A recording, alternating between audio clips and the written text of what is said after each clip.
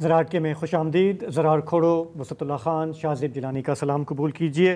ہمارے ملک میں پورے پنجاب سے رپورٹس ہیں کہ سیلاب کا ریلا تیزی سے آگے بڑھ رہا ہے.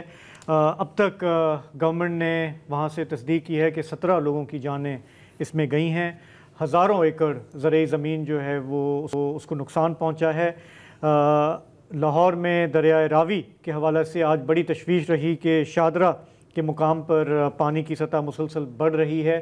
کہا جا رہا ہے کہ سن 88 کے بعد اتنا زیادہ پانی یہاں پر دیکھا گیا ہے. اس پر کافی تشویش رہی. ہم نے دیکھا کہ گورنمنٹ کے جو مختلف لوگ ہیں وہ بھی فرنٹ فٹ پر نظر آئے.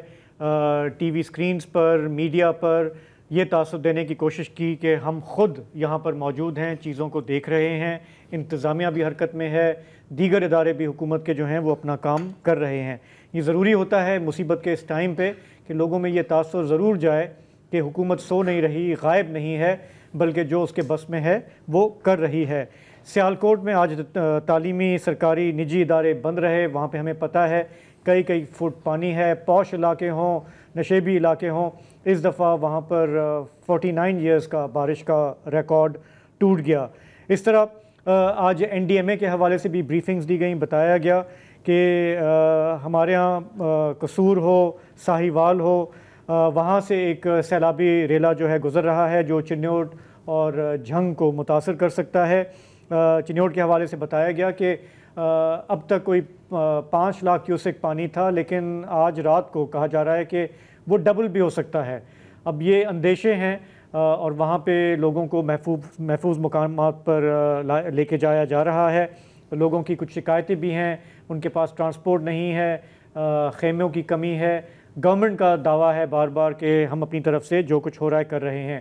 اب ایک پریشانی کی خبر اور آئی ہمارے میٹ ڈپارٹمنٹ کی طرف سے کہ اگلے 2-3 دن کے دوران کافی تیز بارشوں کی پیشگوئی کی گئی ہے، جس سے اسلام آباد، لاہور، کراچی متاثر ہوں گے.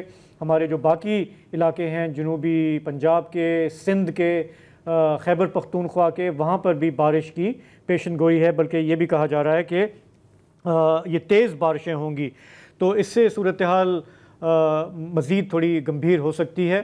تو ہمارے جو نمائندے ہیں لاہور میں، علی وقار، کل بھی ان کی ہم نے پروگرام میں رپورٹ شامل کی تھی. پورے پنجاب پر ان کی نظر ہے، اس وقت ہمیں جوائن کر رہے ہیں.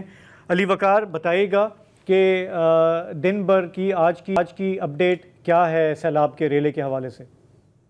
جی بالکل، آج جو سیلاب کا ریلا ہے جو مختلف دریاؤں میں تھا، راوی، ستلج اور چناب، اس میں جو سب سے زیادہ پریشانی اور تشویشناک بات تھی وہ خانکی براج جو راوے چناب پر تھا. اس میں قادرآباد ہیڈ ورکس ہے اور خانکی ہیڈ ورکس، اس کے اوپر جو پریشر تھا پانی کا، اس کے اوپر کافی تشویش بھی تھی. اور کل یہ رات کو آپ نے بھی دیکھا ہوگا کہ PDMA کی جانب سے یہ الرٹ جاری کر دی گیا تھا کہ جو قادرآباد ہیڈ ورک ہے وہ کسی بھی وقت ڈیمیج ہو سکتا ہے. لیکن اللہ کا شکر ہے کہ اب وہاں پر جو پانی کا ریلا 10.5 لاکھ کیوسک تک پہنچ گیا تھا، وہ شام 9 بجے کے قریب جو ہے وہ تقریباً 5 لاکھ کیوسک تک پہنچ گیا ہے. یعنی کہ اس کا آدھا جو فلو ہے وہ کم ہو گیا ہے.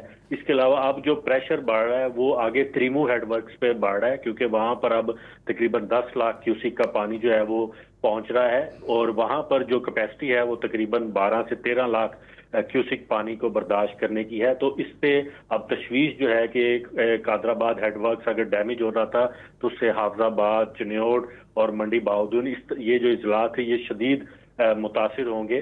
لیکن اللہ کا شکر ہے کہ اس مشکل وقت سے تو ہم گزر گئے ہیں، لیکن ابھی خطرہ جو ہے وہ ٹلا نہیں ہے. بالخصوص ریور راوی کے حوالے سے اگر میں بات کروں تو رات جو 10 بجے کے قریب ڈیٹا آیا ہے اس کے مطابق شادرہ کے مقام پر اب 2 لاکھ اور 22,000 کیوسک پانی جو ہے وہ وہاں سے گزر رہا ہے. لیکن اچھی بات یہ ہے کہ جو جسر کا مقام تھا جہاں سے پانی بھارت کی جانب سے پاکستان میں داخل ہو رہا تھا، وہاں پر وہ 1.5 لاکھ کیوسک پہ آ گیا اور اب یہ آگے راوی سائفن سے ہوتا ہوا شادرہ کے مقام پر پہنچ گیا ہے. یہاں پر اب جو ہے وہ خطرہ جو ہے ابھی تک موجود ہے، کیونکہ جو پریڈکشن کی گئی ہے وہ یہی کی گئی ہے کہ پانی کا جو فلو ہے وہ مسلسل ایک جیسا ہی رہ رہا ہے، اس میں کمی ابھی تک دیکھنے میں نظر نہیں آ رہی. اس کی وجہ سے جو شادرہ اور اس کے ارد گرد آبادیاں تھی، اس کے بارے میں بھی پی ڈی ایم اے نے کہا ہے کہ وہ تقریباً 7 سے 8 جو آبادیاں ہیں وہ متاثر ہوئی ہیں، جس میں فرخ آباد ہے، امین پارک ہے، تھیم پارک، افغان کالونی، شفیق آباد اور مرید والا،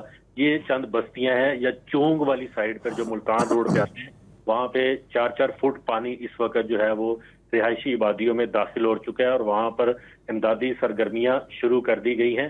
اور دوسری طرف اگر ہم جائیں تو درائے ستلج ہے، وہاں پر جو ہے پانی کا جو بہاؤ ہے اس میں کمی دیکھنے میں نظر آ رہی ہے۔ جو گنڈا سنگھ والا ہے وہاں پر اس وقت 2,61,000 کیوسک کا پانی جو ہے وہ ایک بڑی مقدار میں پانی وہاں پر موجود ہے۔ سلمان کی ہیڈ ورکس پر 1,13,000 کیوسک ہے اور اسلام ہیڈ ورکس پر ابھی 54,000 ہے۔ تو یہ اگلے 1 سے 2 روز میں اب یہ پانی کا فلو بڑھتا ہوا سندھ کی طرف جائے گا۔ اس حوالے سے اچھا ایک منٹ سوری، آپ نے بہت سارے ہیڈ ورکس کے نام لیے، بہت ساری جگہوں کے نام لیے، باقی پاکستان میں کسی کو آئیڈیا نہیں ہوگا کہ یہ جگہیں ہیں کہاں یا کیا ہو رہا ہے۔ آپ نے ستلج کا بھی ذکر کیا، میں رپورٹ دیکھ رہا تھا ملتان ڈویژن میں ایک تحصیل ہے جلال پور، اس کے حوالے سے بہت کنسرن ہے کہ وہاں پر کافی نقصان ہو سکتا ہے۔ جی بالکل، ملتان کی جو تحصیل جلال پور ہے وہ اس پہ نقصان کا آپ اندازہ اس بات سے لگا سکتے ہیں کہ وہاں پر اس وقت جو ہماری کاٹن کی کراپ تھی وہ تقریباً تیاری کے آخری مراحل میں تھی اور وہاں پر جو ان کے پھول تھے کاٹن کے وہ کھل چکے تھے، مثلا کپاس اس کے اوپر بالکل تیار تھی۔ تو اب وہ بالکل جو اس کی تحصیل ہے جس کا نام آپ نے لیا، وہاں پر پانی بڑی مقدار میں پہنچ چکا ہے اور وہ کسان جو ہیں وہ بڑے پریشان ہیں۔ اور اس پریشانی جو اس کا ایک امپیکٹ نہ صرف ہماری جو کسانوں کی معاشی زندگی ہے بلکہ ہماری اکنامک پر بھی بہت بڑا امپیکٹ آئے گا، کیونکہ کاٹن ہماری ایکسپورٹ کی جو پروڈکٹس ہے اس میں ایک را مٹیریل میں بڑا اہم کردار ادا کرتی ہے۔ تو اب گورنمنٹ کو اس کے بارے میں بھی سوچنا ہوگا۔ لیکن علی وقار، کل بھی آپ نے ذکر کیا اور ہم دیکھ رہے ہیں کہ ظاہر ہے اس وقت پریورٹی جو ہے وہ جانیں بچانا ہے اور اس کا نقصان کم سے کم ہو۔ کل یہ ہم نے رپورٹس دیکھی، مزید بھی آ رہی ہیں کہ ایسے حالات میں جب ایسی آفتیں آتی ہیں تو سرکار ڈیلیبریٹلی کہیں کہیں پہ شگاف ڈالتی ہے تاکہ نقصان جو ہے دوسری طرف کم ہو سکے۔ تو یہ ذرا بتائیں گے کہ اس حوالے سے اب تک ہمیں کنفرمڈ رپورٹس کیا ہیں، کیونکہ بہت ساری مس انفارمیشن ڈس انفارمیشن بھی ہوتی ہے، لوگوں کو خدشات ہوتے ہیں کہ جی فلانا طاقتور انسان جو ہے، بندہ جو ہے وہ اپنے علاقے کو بچانے کے لیے ہمیں ڈبو رہا ہے۔ تو آپ کے پاس جو اوتھینٹک اطلاع ہو اگر وہ بتا سکیں۔ دیکھیں، ابھی تک ایسی تو کوئی اطلاع نہیں آئی کہ کسی طاقتور ذمہ دار نے یا جاگیردار یا وڈیرے نے فورسفلی اپنی زمینوں کو بچانے کے لیے کسی سائٹ پر بریچ کیا ہو۔ کل جو قادر آباد تھا وہاں پر جو منڈی باؤدین والی سائٹ تھی وہاں پر انہوں نے اس ہیڈ کو بچانے کے لیے گورنمنٹ نے خود پاکستان آرمی کے تعاون سے اس کو بریچ کیا تھا، جس کی وجہ سے ہیڈ کے اوپر جو پریشر کم ہوا تھا۔ جو جنگ میں جو ہے 18 ہزاری بند ایک بڑا معروف بند ہے، وہ جب بھی کوئی اس طرح کا بڑا سیلاب آتا ہے یا ریلا آتا ہے تو وہاں پر بریچ کیا جاتا ہے، لیکن ابھی تک جو اطلاعات آئی ہیں کہ وہاں پر ضرورت نہیں پڑی بریچ کرنے کی تاکہ پانی کو آبادی میں ڈالا جائے اور ہیڈ کو بچایا جائے۔ پانی کا پریشر اس جگہ پر کم ہوا ہے۔ جو لاہور میں راوی والی سائڈ پر جو آپ کو میں نے بتایا جن آبادیوں میں پانی گھسا ہے وہاں پر گورنمنٹ نے بریچ نہیں کیا، لیکن پانی کا بہاؤ اتنا زیادہ ہو گیا، پی ڈی ایم اے کے مطابق یہ تقریباً 40 سال بعد یہ اتنی بڑی مقدار میں راوی میں پانی آیا ہے۔ تو جو آبادیاں یہاں پر جو ہاؤسنگ سوسائٹیز راوی کے بیڈ میں بن چکی تھی یا دریا کے زمین کو انہوں نے اپنے کسی نہ کسی طریقے سے اپروول لے کر وہاں پر ہاؤسنگ سوسائٹیاں بنا دی گئیں، تو وہاں پر یہ نقصان جو ہے اب دیکھنے میں نظر آ رہا ہے۔ ابھی بھی یہ خدشہ موجود ہے کہ اگلے 24 گھنٹے یہ پانی کا جو بہاؤ ہے بالخصوص راوی میں وہ ایسا ہی رہے گا۔ باقی جو ستلج ہے وہاں پر جو ہے پانی کے بہاؤ میں کمی دیکھنے میں نظر آ رہی ہے۔ ٹوٹل پورے پنجاب کی اگر میں بات کروں ان 3 دریاؤں کے حوالے سے تو کہا جا رہا ہے کہ تقریباً 700 جو گاؤں ہیں چھوٹے بڑے وہ اس سے متاثر ہوئے ہیں اور ان کی جو آبادی تقریباً 6 لاکھ کے قریب آبادی بنتی ہے جو اس سارے سیلابی ریلوں کی زد میں آئی ہے، اور ان کے جو مال مویشی ہیں ان کی جو فصلیں ہیں ظاہر ہے اس کا ایسٹیمیٹ جو ہے وہ لگایا جائے گا۔ آج وزیر اعلیٰ پنجاب آپ نے دیکھا وہ بھی نکلی باہر، حالانکہ ان کو کل جب وہ راوی برج پہ آئی تھیں ان کو اس وقت ہی آنا چاہیے تھا دریا کے اندر جا کے ایک آپٹک لوگوں کو دکھانے کے لیے کہ وہ موقع پر موجود ہیں، لیکن وہ کل انہوں نے بریفنگ ہی صرف لی اور اپنے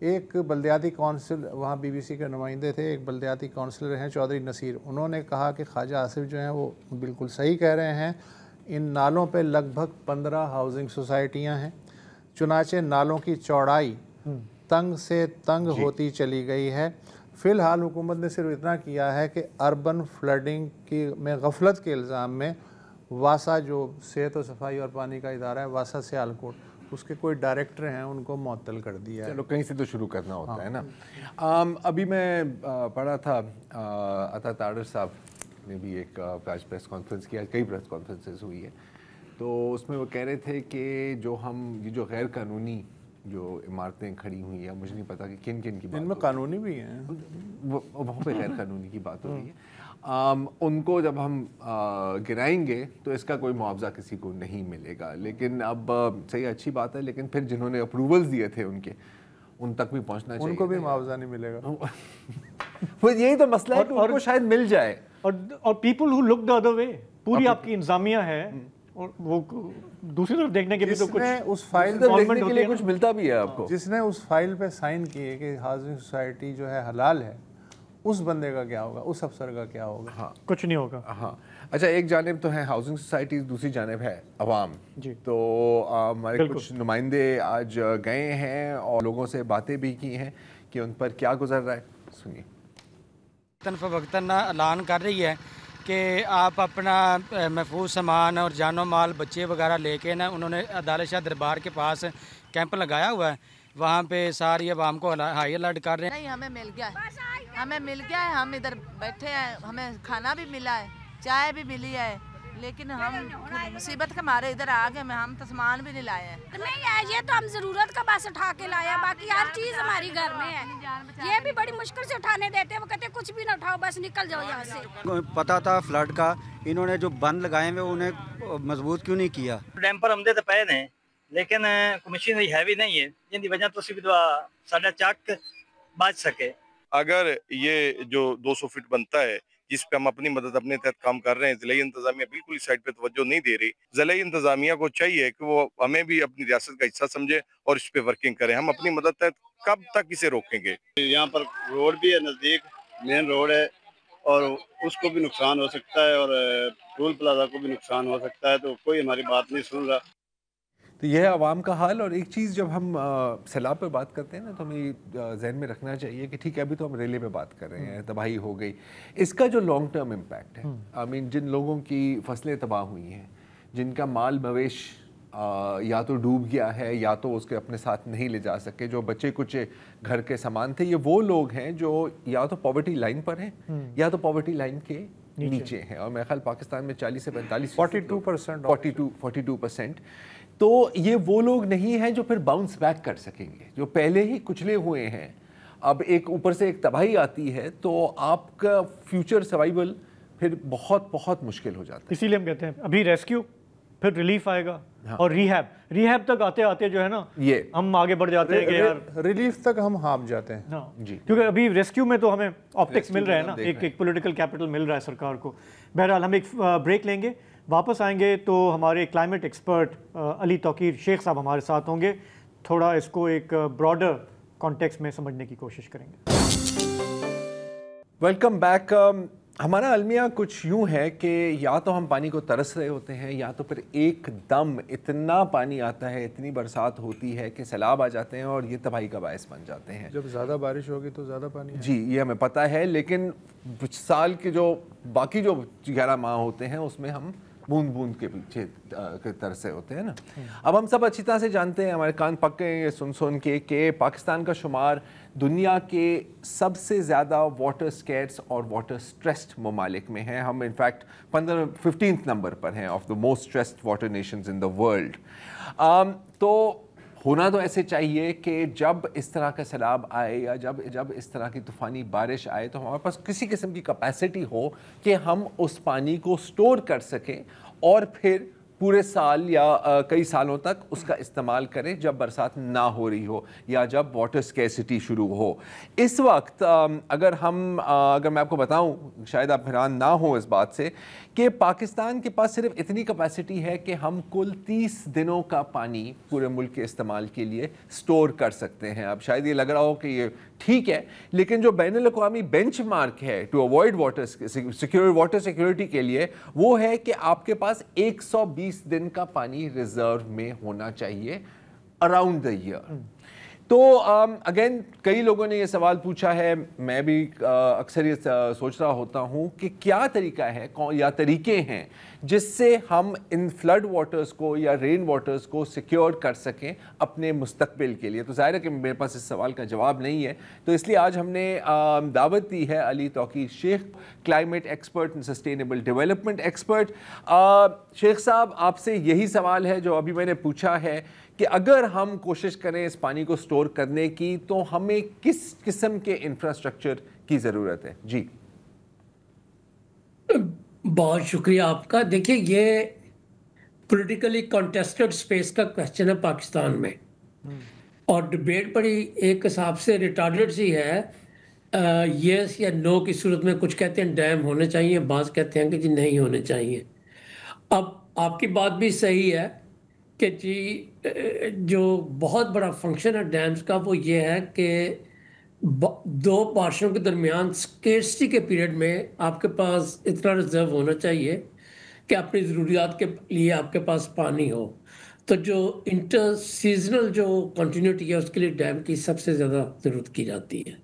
اچھا, ڈیم جو ہے وہ بیسیکلی اسٹینڈ الون فنکشن نہیں ہوتا, یہ ایک پورے سسٹم کا ریفلیکٹیو ہوتا ہے. تو اس میں آپ کے پاس گراؤنڈ واٹر بھی ہے, اس میں واٹر شیڈ مینج بھی ہے, آپ میں پلانٹیشن بھی آپ نے اس میں کرنی ہے, آپ نے اس میں سلینڈری آف واٹر لاگنگ کے مسائل کو بھی حل کرنا ہے, آپ نے کراپنگ پیٹرن بھی ایسا رکھنا ہے کہ اویلیبل پانی اور سیزنز کے ساتھ اس کی کمپیٹیبلٹی ہو. تو ہمارے ہاں اس ڈیبیٹ کو ذرا فریگمنٹائز کر کے دیکھ رہے ہیں. تو چلیے میں آپ کے ساتھ عرض کرتا ہوں کہ اگر میں کہوں کہ ہائپوتھیٹیکلی ڈیمز کے 5 کی فنکشن ہیں تو دیکھتے ہیں موٹے موٹے کون سے ہیں جو ہمارے پاس. ایک جو سب سے پہلے میں نے کہا کہ وہ جو سیزنل ویریبلٹی کے چیلنج کو پورا کرنے کے لیے ہے. تو جو اس وقت ہمارا ڈیم سب سے زیادہ سپیڈ کے ساتھ چل رہا ہے اس کے لیے $14 بلین چاہیے اور تقریباً 10 سال چاہیے اس کی کمپلیشن کے لیے ایٹ دی کرنٹ کاسٹ. تو سر آپ بھاشا ڈیم کی بات کر رہے ہیں؟ جی ہاں. تو کوشچن یہ ہے کہ اگر وہ 8-10 سال مکمل نہیں ہوتا تو اس پیریڈ میں ہم کیسے گزارا کرتے ہیں. That means what's the closest substitute that we have. تو پاکستان کے پاس جو سب سے بڑا جو ڈیم کا ایک الٹرنیٹیو ہے فنکشنل لیول کے اوپر پر سے اسٹرکچرلی نہیں, وہ ہے گراؤنڈ واٹر کی ریچارجنگ. یہ جو آرگومنٹ ہے کہ بارش کا اتنا پانی ضائع ہو جاتا ہے اور بحر عرب میں چلے جاتا ہے, اس میں 2 نقائص ہیں. ایک تو جو مختلف شہروں میں سیالکوٹ میں 600 ملی میٹر بارش ہوئی, چکوال میں ہوئی, بنیر میں ہوئی. اب ہر جگہ ہر گلی محلے میں آپ ڈیم نہیں بنا سکتے, مگر ہر گلی محلے میں آپ گراؤنڈ واٹر ریچارجنگ ضرور کر سکتی ہیں. آپ کے گھر میں بھی ہو سکتا ہے, میرے شہر میں بھی ہو سکتا ہے, آپ دوسروں کے شہر میں بھی ہو سکتا ہے. پھر ایکسپرٹس نے آئیڈینٹیفائی کیے ہیں 14 ایریاز کیے ہیں انڈس کے ساتھ جو تھوڑے سے ڈپریشن میں ہیں. اب فلڈ واٹر کو یا رین واٹر کو اس طرف ڈائیورٹ کر کے اس کو ریچارجنگ کر کے ایگریکلچر کے لیے استعمال کر سکتے ہیں. پھر کچھ اور ریسرچ بھی ابھی ریسنٹلی سامنے آنی شروع ہوئی ہے جس میں یہ ہے کہ ہمارے دریاؤں کے نیچے بھی پانی کے دریا بہ رہے ہیں جس میں 500 ملین ایکڑ فیٹ واٹر ہے ہمارے پاس. تو ظاہر ہے اس کے لیے بھی کچھ ٹیکنالوجی یا ریسورسز کی انویسٹمنٹ چاہیے ہوگی.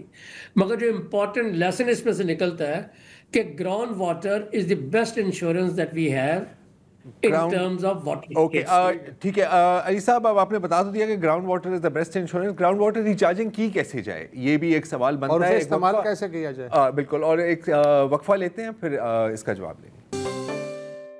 بیک جی, ہم بات کر رہے ہیں علی توقیر شیخ صاحب کے ساتھ. اچھا علی, آپ نے ابھی ذکر کیا تھا گراؤنڈ واٹر ریچارجنگ کا, اور بالخصوص آپ نے شہری علاقوں کا بھی ذکر کیا تھا.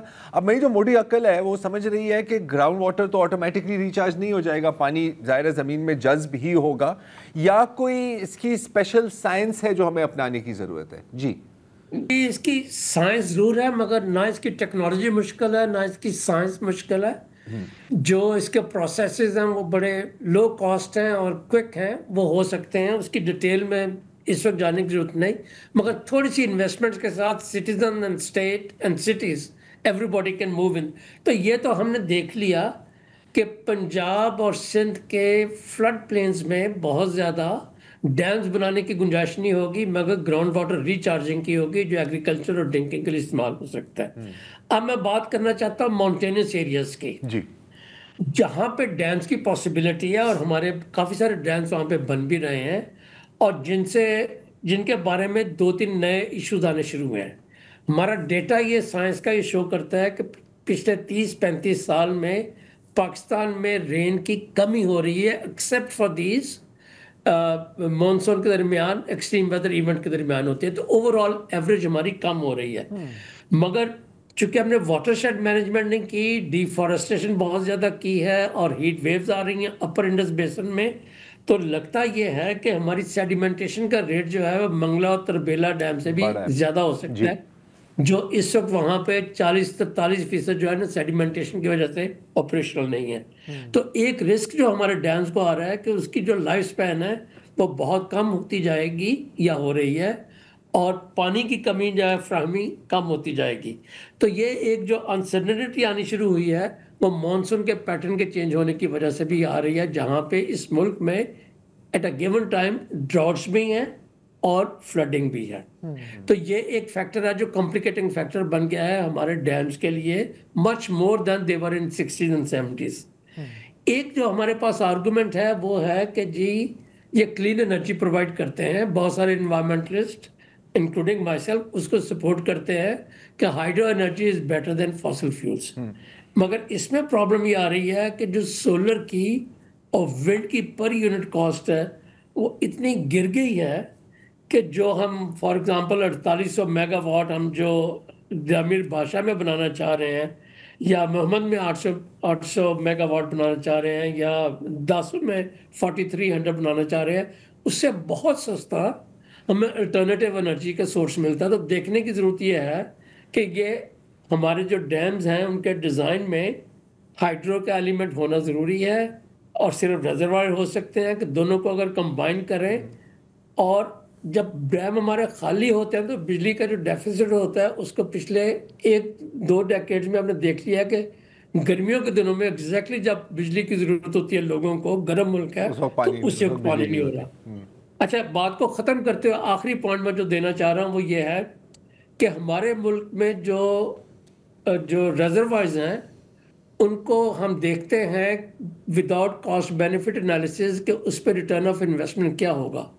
اس کو ہم عام طور پہ ایک سبسڈی کے طور پہ دیکھتے ہیں کہ اتنا مفت پانی رچ فارمرز کو مل جائے گا. So in other words we are adding subsidy to the rich farmers who are already getting subsidies. تو کوشچن یہ ہے کہ پاکستان میں واٹر کی پانی کی کمی ہے کہ پاکستان میں واٹر جسٹس کی کمی ہے. تو ان کانٹیکسٹ میں دیکھتے ہیں تو ہمیں لگتا یہ ہے کہ واٹر جو ڈیمز کی ڈبیٹ ہے پاکستان میں بہت سمپلیفائی کر کے دیکھی جا رہی ہے, اس کو اس کی کمپلیکسٹی میں دیکھنا چاہیے. بہت بہت شکریہ علی توقیر شیخ صاحب. جی thank you sir, thank you. Water justice water ہمیں چھوٹا سا بریک لینا ہے, واپس آئیں گے تو ذرا ہم دیکھیں گے کہ ہمارا جو یہ ہمالیائی خطہ ہے اس میں بھارت میں بھی بہت نقصان ہوا ہے حالیہ بارشوں اور سیلاب کا, پاکستان میں بھی تھوڑا اس کو اس کانٹیکس میں یہ کوئی آبی سازش ہے یا موسمیاتی تبدیلی ہے؟ جی ایسے کر لیں. ہمارے یہاں سرکار کی حکومتوں کی ایک روش رہی ہے کہ جب بھی ہمیں یہاں پہ چیلنجز آتے ہیں ہم اس کو ایکسٹرنلائز کرتے ہیں. آج کل بڑا فیشنیبل ہے کہ موسمیاتی تبدیلی کو بلیم کر کے گورنمنٹ جو اپنے اعمال ہے اسے ایک ڈائیورژن کر لے. اسی طرح اس ہفتے جب ہم نے دیکھا کہ سیلاب داخل ہوا جموں سے اور اب ایک کرائسس ہے پنجاب میں, تو کہا گیا کہ یہ بھارت کی آبی دہشت گردی ہے. کیا ایسا ہے؟ وہاں پہ کیا ہوا اس کو ذرا سا سمجھتے ہیں. ہمیں جوائن کر رہے ہیں انڈس واٹر کمیشن کے سابق کمشنر جماعت علی شاہ صاحب. شاہ صاحب آپ کا بہت بہت شکریہ, آپ ان معاملات کو دیکھتے ہیں سمجھتے ہیں. تھوڑا سا ایکسپلین کریں گے کہ اس دفعہ یہ جو ہمالین ریجن میں جو کچھ ہوا ہے, بارش جس لیول کی ہوئی ہے جموں میں, کہ اس میں بھارت کے پاس کتنی ذمہ داری ہے بھارت کی؟ یہ تھا یہ آبی دہشت گردی ہے یا کچھ اور ہے؟ کیا آپشن تھے اس کے پاس؟ بہت شکریہ جناب جیلانی صاحب. اس میں گزارش یہ ہے کہ سندھ طاس معاہدہ میں آرٹیکل 48 موجود ہے کہ کوئی بھی ملک جب غیر معمولی بہاؤ ہو پانی کا دریاؤں میں تو وہ ایک دوسرے کو بر وقت اطلاع دیں گے، تاکہ سفیشینٹ ٹائم پہلے اطلاع دیں گے تاکہ اپنی ارینجمنٹس کر لیں. اب ظاہر ہے کہ پانی پاکستان سے انڈیا کی طرف تو نہیں جاتا، ادھر سے ادھر آنا ہے. تو اب انڈیا کی یہ ذمہ داری ہے کہ جب بھی ریلیزز ایکسٹرا آرڈینری ہوں تو پاکستان کو وہ اطلاع کرے. سندھ طاس معاہدہ کے بعد انڈیا جو ہے تھرو ٹیلیکس دریائے جہلم، چناب اور راوی کا انفارمیشن جو ہے پاکستان کو دیتا رہا ہے.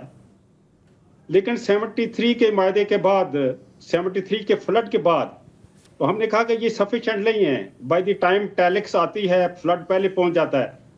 تو میکنزم یہ ہوا کہ ریڈیو جموں براڈ کاسٹ کرے گا 4 بار یہی ڈیٹا. تو اس کے لیے پاکستان ان کو 10,000 روپیہ بھی دیتا رہا ہر سیزن کے لیے. اچھا اب 1988 میں سپر فلڈ آ گیا تو اس میکنزم کو دوبارہ ریویو کیا گیا. لاہور میں میٹنگ ہوئی 1989 میں اور اس میں یہ طے پایا کہ یہ جو ریڈیو جموں براڈ کاسٹ کا میکنزم ہے یہ تو جاری رہے، لیکن اس کے ساتھ ساتھ ٹیلی فونک جو ہے یہ ڈاٹا ہمیں چاہیے ہے، اور اس کے ساتھ راوی اور ستلج کا ڈیٹا بھی چاہیے. اور ستلج کے اوپر جو ڈیم انڈیا نے بنائے ہیں، باکڑا ہے، بیاس پر پانگ ہے، اس کا بھی ہمیں یہ ڈیٹا دیا جائے کہ پانی کتنا آ رہا ہے، پانی کتنا ریلیز کر رہے ہیں اور اس کا لیول کیا ہے. اسی طرح اس کے نیچے پھر جو 1-2 ہیڈ ریگولیٹر ان کے آتے ہیں، روپڑ ہے، ہری کے ہے، فیروز پور ہیڈ ورکس ہے اس پہ ستلج پر، اس کی انفارمیشن بھی وہ دیں. تو 1990 سے لے کر تقریباً 2010-11 تک یہ انفارمیشن انڈیا ہمیں دیتا رہا. اچھا اب اس کے جو پیرلل انتظام ہمارے پاس کیا تھا اس وقت، کیونکہ 1988 کے سپر فلڈ کے بعد پاکستان نے بڑی ہیوی انویسٹمنٹ کی میٹرالوجیکل ڈپارٹمنٹ سے، اور لاہور کا ریڈار لگایا گیا. اسی طرح سیالکوٹ کے ریڈار کو اپ گریڈ کیا گیا، منگلا پہ ریڈار لگایا گیا جو موسمیاتی ہے، اسی طرح پشاور میں بھی لگایا گیا. تو اس کا مقصد یہی تھا کہ یہ جو پریسپیٹیشن ہوتی ہے ان دور دراز علاقوں میں، اس کو یہ کیچ کریں اور اس میں ہمیں کوانٹیٹیولی جو ہے یہ بتائیں کہ کتنا پانی جو ہے پاکستان کی طرف آئے گا. تو ہم یہ چاہتے تھے کہ انڈیا اگر کسی وقت ریفیوز بھی کر دیتا ہے تو ہمارے پاس ایک پیرلل ارینجمنٹ اور میکنزم ہو تاکہ ہم خود انحصاری کی طرف جو ہے یہ چلے جائیں. اب بات یہ ہے کہ انڈیا نے جب یہ ڈیٹا دینا بند کر دیا تھا تو ابھی ہیلڈ اینڈ بیس بھی انہوں نے کی، تو انڈیا نے بر وقت اطلاع نہیں دی. انہوں نے جو پہلی اطلاع دی ہے وہ انہوں نے جموں توی نالا کی دی ہے جو کہ چناب کے ساتھ مل کر مرالا پر آتا ہے. حالانکہ چناب میں اس وقت تقریباً 8 لاکھ کا ریلا جو ہے پیچھے سے چل رہا تھا. تو انہیں یہ چاہیے تھا کہ ہمیں ایڈوانس میں اطلاع دیتے تاکہ ہم اپنی پلاننگ کر لیتے، ریلیف اینڈ ریسکیو کو جو ہے الرٹ کر دیتے، لیکن ایسا نہیں ہوا. سیم ہی کیس ہوا یہ اس کا ستلج کا کہ جب پانی گنڈا سنگھ والا جس کو فیروز پور ہیڈ ورکس کہتے ہیں اس کے پاس آیا ہے تو اطلاع انڈیا نے جو ہے تھرو فارن آفس دی ہے. چلے ٹھیک ہے، جو ہمارا کمیونیکیشن جو ہے ریگولر چینل وہ تو انڈس کمشنر ہیں، لیکن ٹریٹی یہ بھی کہتی ہے اگر ایک گورنمنٹ ڈیسائیڈ کرتی ہے کہ دوسری گورنمنٹ کے ساتھ ہم نے رابطہ کرنا ہے تو وہ کر لے. انہوں نے فارن آفس کے تھرو اطلاع دے دی، فارن آفس نے پاکستان کمشنر کو بتا دیا، آگے فلڈ وارننگ یا این ڈی ایم میں سب کو جو ہے یہ اطلاع مل گئی. لیکن یہ اطلاعات جو ہیں بر وقت نہیں دی گئی، یہ تو ایک فیکٹ ہے. ٹھیک ہے. اب دوسرا اس میں یہ ہے کہ ہمارا جو پیرلل نظام ہے، دیکھیں جی ریڈار جو ہیں وہ پریسیپیٹیشن تو نوٹ کرتے ہیں نا جی کہ کتنی بارش ہے، اور ان کے پاس ہسٹوریکل ڈیٹا بھی ہے. لاہور کا جو فلڈ وارننگ سینٹر ہے یہ دہائیوں سے کام کر رہا ہے، اسے معلوم ہے کہ جب اتنی بارش کیچمنٹ میں ہو رہی ہو تو اتنا فلڈ جنریٹ کرے گا، اور یہ ٹرینڈ بھی ہمارے پاس معلوم ہے.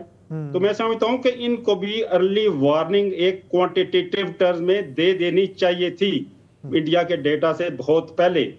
آلدو کہ انہوں نے